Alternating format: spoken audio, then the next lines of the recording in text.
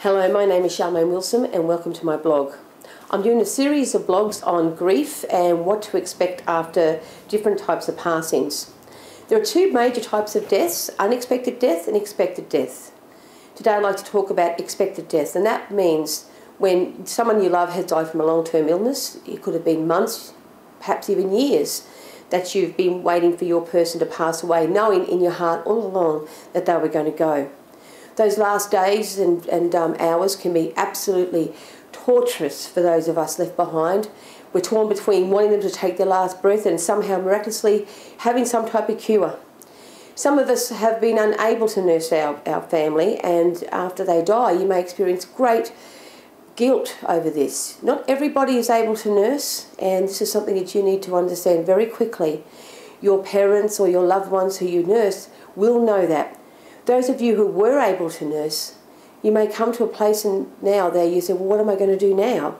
What am I going to do? You spent the last X amount of time looking after your people and now you're just stuck for something to do.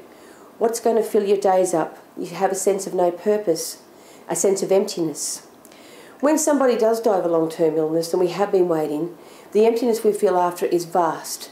The bed is way too empty. There's too much quietness in the house. And it's very normal for you to get this sense of desolation. So just know that. A lot of times when we have been nursing someone for a long term, there's a tendency to feel like, okay, everything's fine now, I've done my job. But then what you have to expect later on, or you may happen to you, is there may be a delayed depression.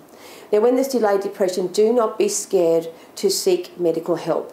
There is nothing wrong with getting some grief counselling or to go on some medication for a while if that's necessary.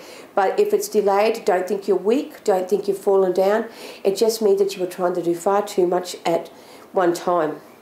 One thing about nursing someone and one thing about saying goodbye to someone who's had a long-term illness is the missing is incredibly hard, as with all deaths. Just be kind to yourself, nurture yourself. Try not to be too busy. Try not to go over the grief, under the grief, or around the grief. You must go through the grief. Even though you expected it, it doesn't mean that it's going to hurt any less. So just be kind to yourself, be gentle, and move forward in the best way you can. Your loved ones will be watching, you know, and they're always grateful for the work that we've done before they passed. Thank you for listening to my blog, and I hope to catch you next time.